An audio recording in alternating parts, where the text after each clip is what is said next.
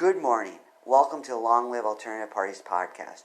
Free Press Media Press Inc., an alternative parties books publisher, sponsors this podcast. I'm Andrew Bouchard.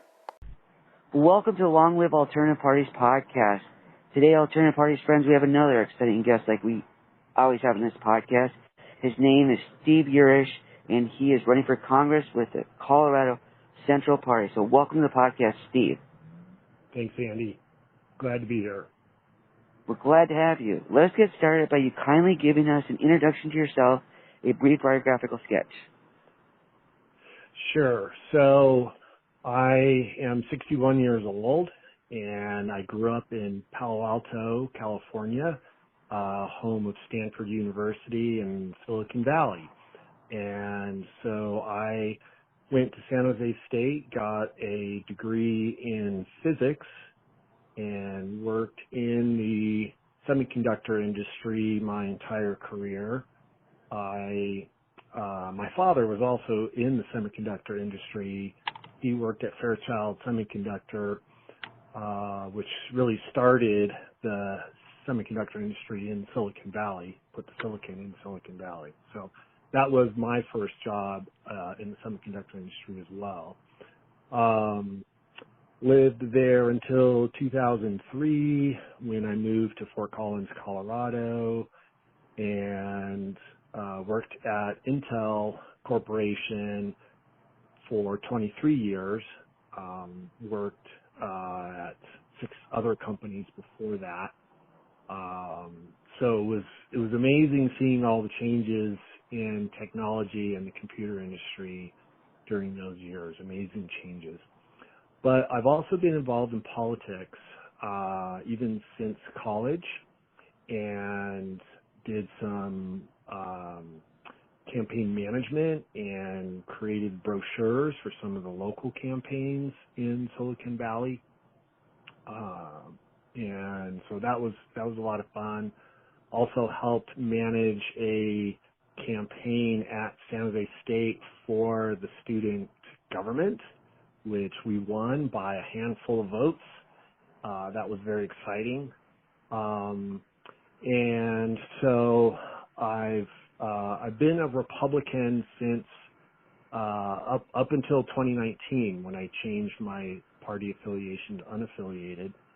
I've always been pro-choice for abortion, and so never quite felt like the Republican Party completely fit me, but I like their talk on fiscal issues, although they never seem to really execute on that.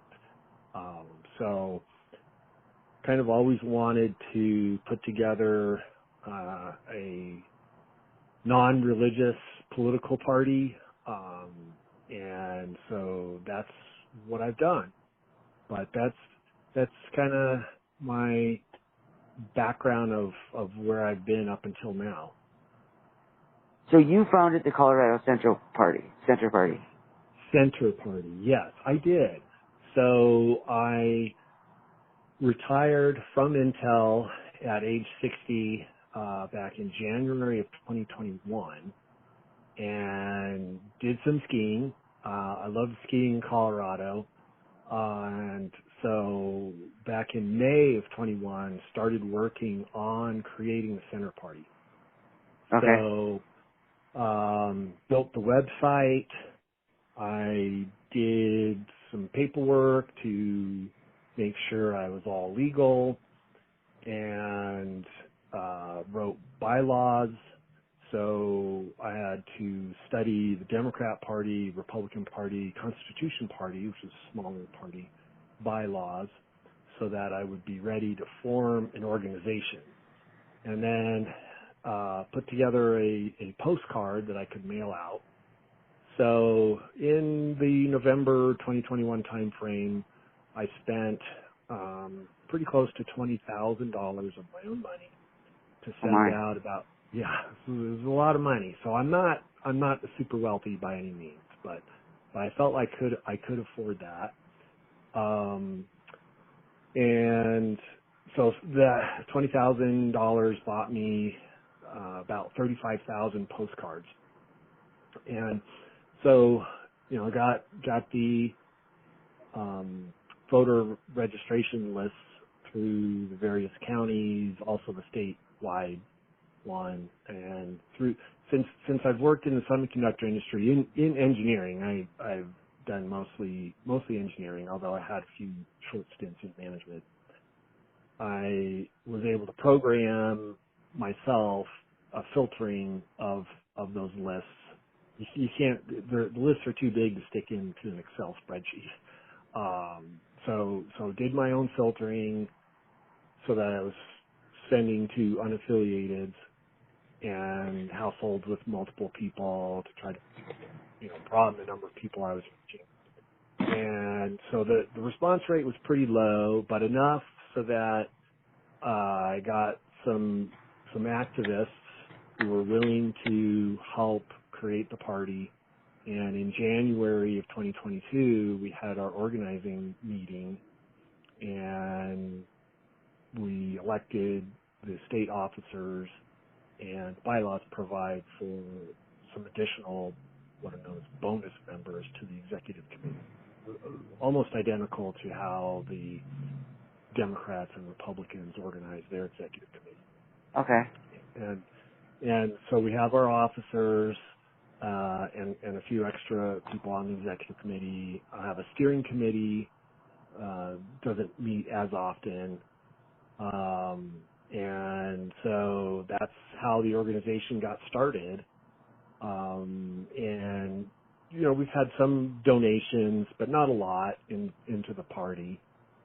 So, but, I didn't need a lot of money since I was doing all the work myself. I wasn't relying on any consultants or people that, charge a lot of money for this stuff.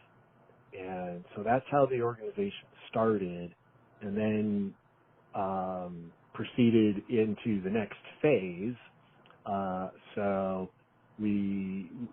Which was to recruit candidates. And so we had a candidate for the 8th Congressional District and a candidate for State Senate down in south of Denver, in the suburbs, which is where I was targeting the mailings. Excuse me. So, excuse me. So, we ended up, I ended up becoming a candidate as well.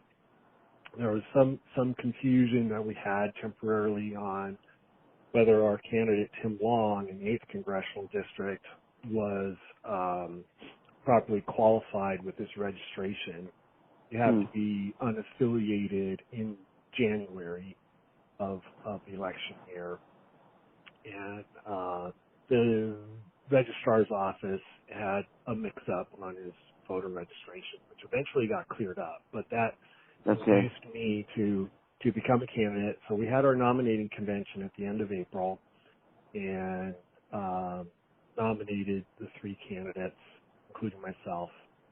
And so that's when we, as a basically an unaffiliated candidate with the intent of having the center party name on the ballot, you still have to go through the unaffiliated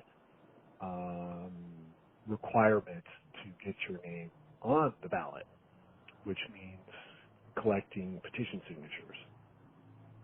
So that was quite the experience. I had some volunteers. For a congressional district, you need 1,800 valid names with signatures. And so I had volunteers. I found a person that I paid, the student at CU Boulder, and he collected about 650 signatures.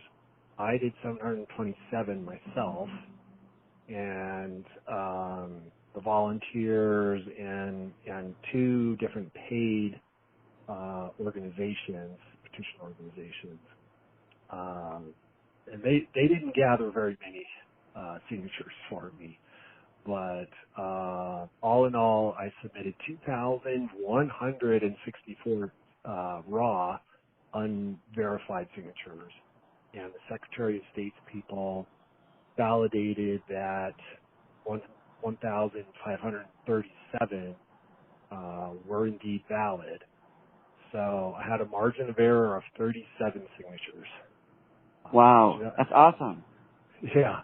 So just made it. I was really scared. I did a little bit of sampling of my own validation. I thought I was going to be short, but again, that was a sample. So, Congrats. so I was pretty nervous going into it, but elated that I had just enough.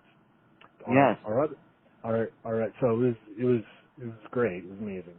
It was a lot of work, but our other two candidates did not make it.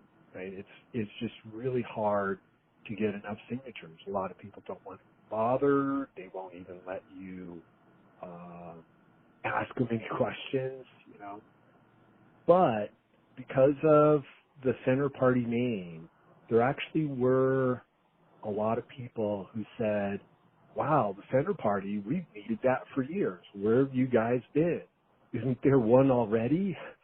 And so that made it feel really good because there is a base of support out there of people who think it's a great idea to have a third party that's in the middle.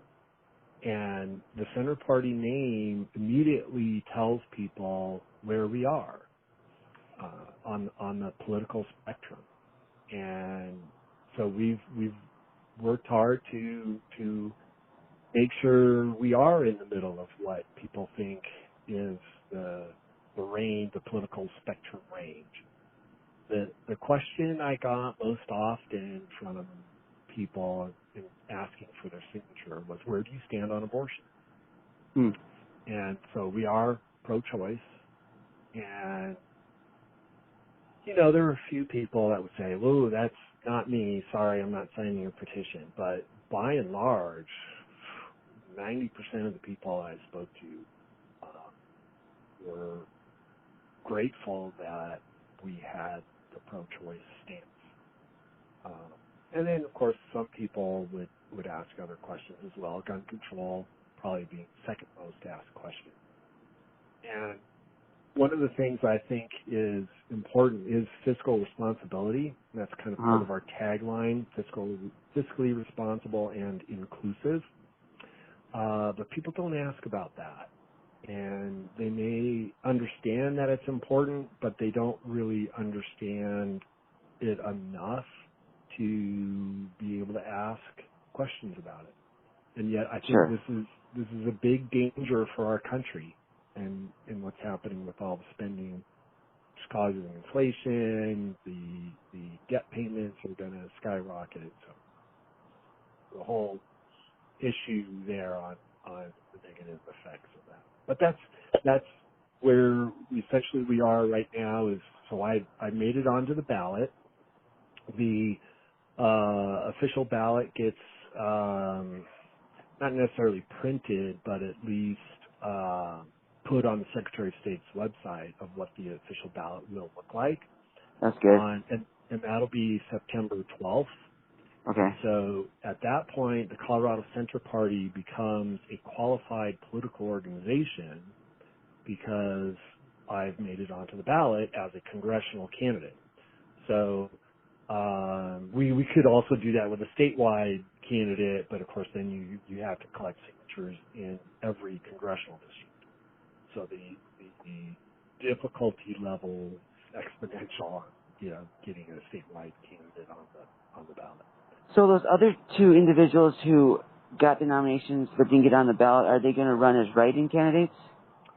So Matt Snyder, our candidate down in the 27th State Senate District, which is eastern Arapahoe County, southern Aurora. So he believes he will do a write-in candidacy.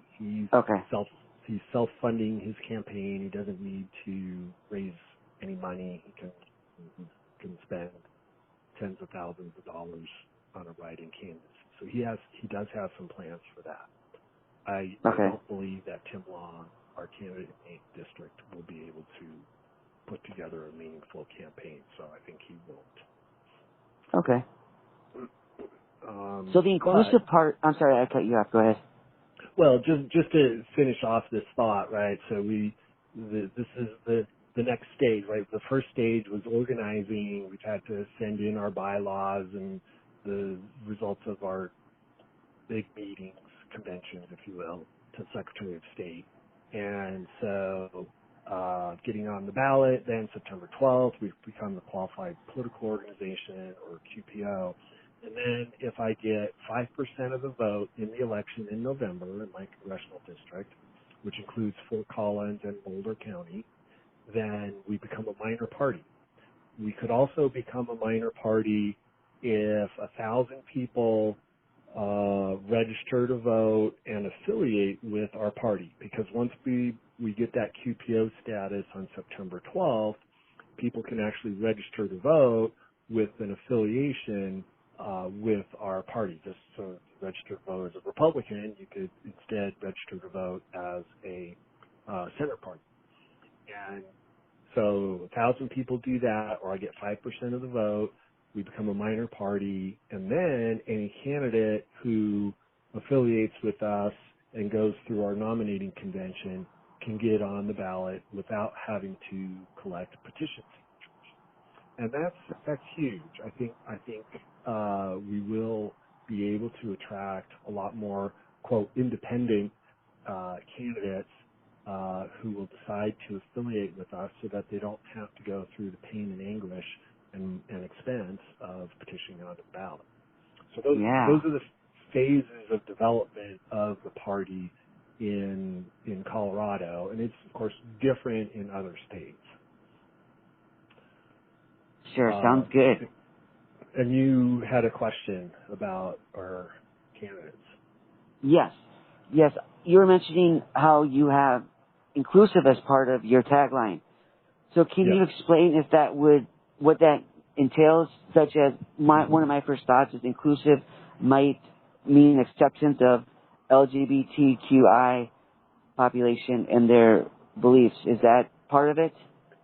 So definitely we want to support gay marriage and anti-discrimination laws, so that no one gets discriminated against for housing or employment based on their sexual orientation or color, skin color, ethnicity, national origin, things like that. So that's what we are for inclusivity, and so that extends to, because sexual orientation extends to a lot of the LGBTQ issues. The depth of the issues for LGBTQ is extensive, and I'm not sure that I'm going to go all the way on the woke meter. I think I have to look at each of these issues.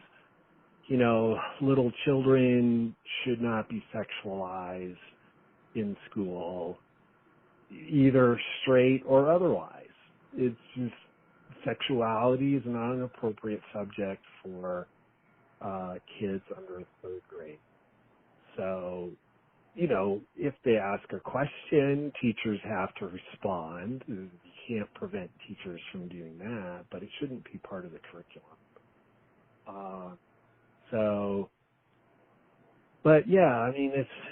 I think our position definitely differentiates us from the Republicans, who are anti-abortion, anti-gay marriage,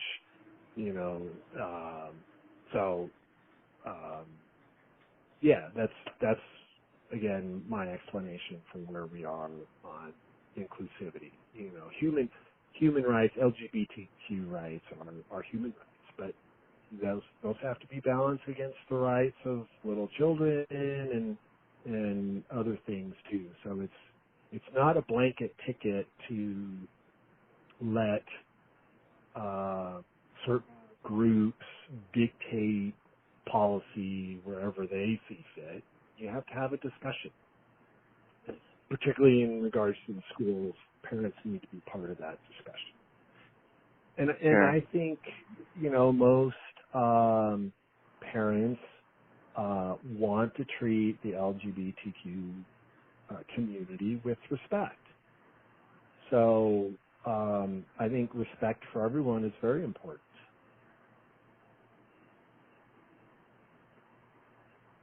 So briefly, I'm sorry, go ahead. Well, I was just going to say, we do have a platform Okay. so that's on the website under the Issues tab. So there's Okay. nine different main areas that we have on the platform to try to cover. And that's one difference that the Center Party has from some of the other third parties out there, such as the Forward Party, which has gotten some news coverage lately, and that we do have a platform.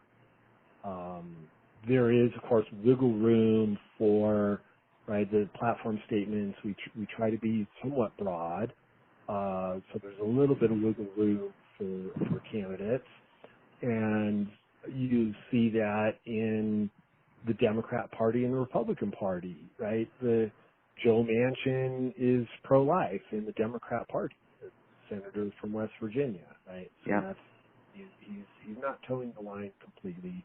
And there's Republicans who don't toe the Republican platform line completely either. So True. as the center party grows, I imagine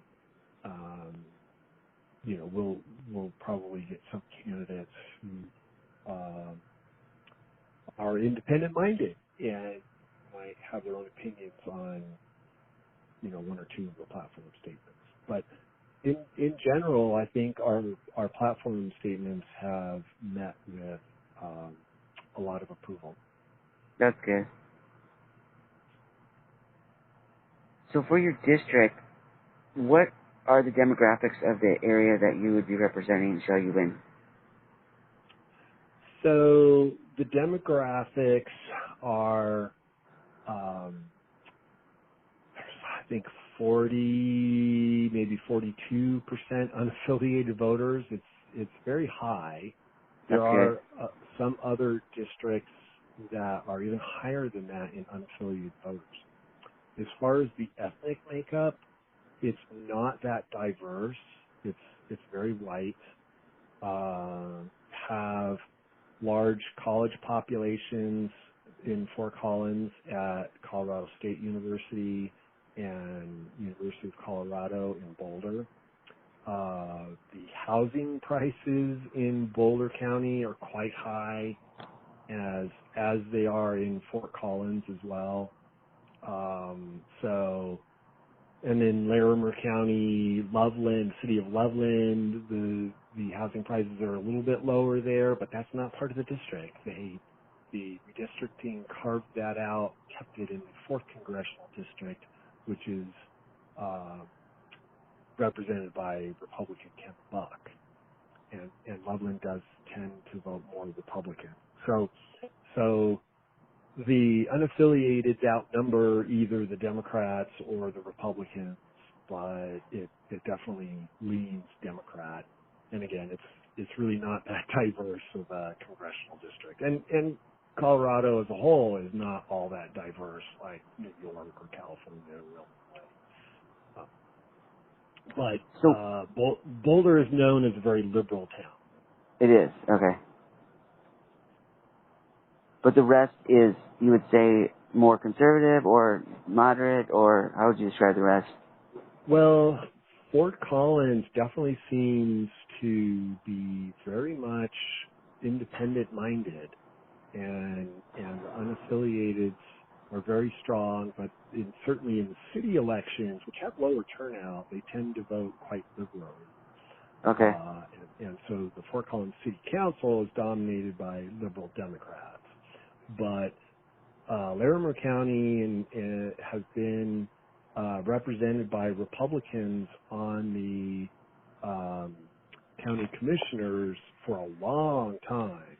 and the county treasurer and clerk and recorder are both Republicans.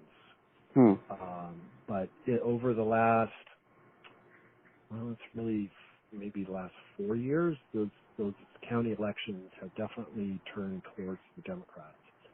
Boulder County, on the other hand, so the city of Boulder, city of Longmont, Louisville, Lafayette, Superior, those have been quite liberal. Although, again, a lot of unaffiliated voters, but that tend to vote for the Democrats. And it was interesting that in collecting signatures down in Boulder, I did some in both Boulder and Fort Collins. I would run across people, so I wouldn't really call it a logo, but our postcards and the website has this graphic with the blue arrows and the Democrats going left, and the red arrow and the elephant representing Republicans going right, and the center party in the middle. And in collecting signatures in Boulder, there were a number of people who said, "Oh, I'm to the left of the Democrats." And it's like, well, how can you get to the left of the Democrats? Are you a communist or what? But that's facetious, of course. But I never got that kind of response in Fort Collins. Right. The Pew Research did polling about a year ago, I think it was, that 62% of Americans want a third party. That's a lot. That's more than the unaffiliated voters. But they don't all necessarily want something in the center. I think the large majority of them want something in the center. But there's a few percent that want something to the left of the Democrats or to the right of the Republicans, oddly enough. But so I think Boulder is overrepresented on that group that want something to the left of the Democrats. So that would include. I'm sorry, that would include what? Like legalizing hard drugs beyond just marijuana, or universal basic income. Those kinds of ideas. Okay, the stuff that's associated with the left. Correct. Okay. What issues? I'm sorry. Yeah. Go ahead. Ask your question. I'm sorry. What issues are the campaign that you're running? I'm sorry. What issues is the campaign facing when you run for office? What are the big issues facing Colorado that you're going to deal with in the campaign? Well, I think inflation and housing costs. Okay. So, and it's interesting that gun control, crime, I think is important. The crime has definitely ticked up a lot in Colorado. And so I think some of the big cities in the country have tried to go with eliminating bail for people who are arrested. I think that's a huge mistake. It becomes a revolving door for criminals, and we never hold them to account. So I think that will be an issue. And I think people just generally have this somewhat nebulous feeling that, they want something different in the middle, and that includes pro-choice on abortion, but maybe a little more to the center or center right on a lot of the other issues like inflation, so less spending, crime, as I just mentioned, bail, and we got to support our police, and being truthful with the American people about what's going on. I mean, my God, both sides just seem to want to lie to us all the time. I mean, the latest bill that we just signed was the Inflation Reduction Act. What a lie that is, putting a name on it. And the Republicans are election integrity deniers. Well, that's just silly. And what happened on January 6th is just crazy. So, people want a return to some common sense, and that they realize there's extremism on both sides. So, why can't we have, slow things down a little and just try to be normal and in the middle? So that's not a very specific campaign issue, but people have a sense that they're tired of being on the pendulum, the political pendulum, swinging wildly from one side to the next. So I think that's, there's the healthcare is, third or fourth down the list there. So we want to pay attention to healthcare, reduce real costs, not just shift who's paying for it. And I don't like the single payer stuff or government takeover of our healthcare system. California legislature has been considering something which very much looks like socialized medicine, and I don't want to get anywhere near that. Can there be improvements? Absolutely. So I'm willing to talk to both sides about that, but that's probably one issue where being in the middle, being a moderate, would really try to tone down both sides.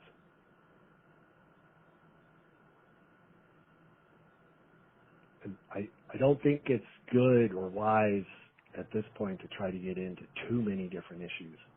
People are going to focus really on maybe the top 3 issues. That's all.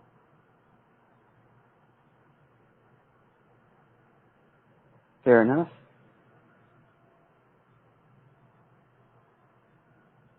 And if people want to find out more about our platform positions on other issues, they can look at the website, coloradocenterparty.org. Colorado Central. coloradocenterparty.org. Okay. And I guess the one issue I haven't really talked about is climate change. So for climate change, some politicians on the left think that it's an existential threat and it should be on the top of everybody's list, but it's not. The voters are really not that concerned about climate change because there are other more pressing issues. So I think energy security is more important than fighting climate change. So to say that it's more important doesn't mean that you can't do both. I think we can do both. I think we can continue to allow oil companies to drill for oil, keep the price of gasoline down so that we do have money for other things like purchasing more renewable energy sources. Whereas if the price of gasoline goes too high, nobody's going to have money to put solar panels on their house or pay taxes to put more wind power in. And so the Europeans do have more wind and solar right now, but it shows that you also need to solve the electrical storage issue to really make solar and wind more effective. And right now we're just using natural gas to fill in the gaps when the wind doesn't blow and the sun doesn't shine, and that's not ideal. Natural gas is getting very expensive. We should save that for other things. Natural gas prices get too high, you can't even make fertilizer. Most fertilizer for farms is based on natural gas. People don't realize that. Europe is having a big problem with that. So when you look at what's happening in Sri Lanka, a lot of their problems and civil unrest is caused by the increase in food prices because of what they've done with trying to be more carbon neutral. And so if you don't look at it in terms of energy security, you run into big problems. And so one of the other things we could do on the energy side is to build more nuclear power plants. I know some people are afraid of nuclear power, but the technology has advanced. We can do it safely, and so I think that's carbon neutral. So more nuclear energy, I think, would be a good thing, not a bad thing. That's a tough sell, I think, to the population. I don't think enough people realize the benefits of nuclear power.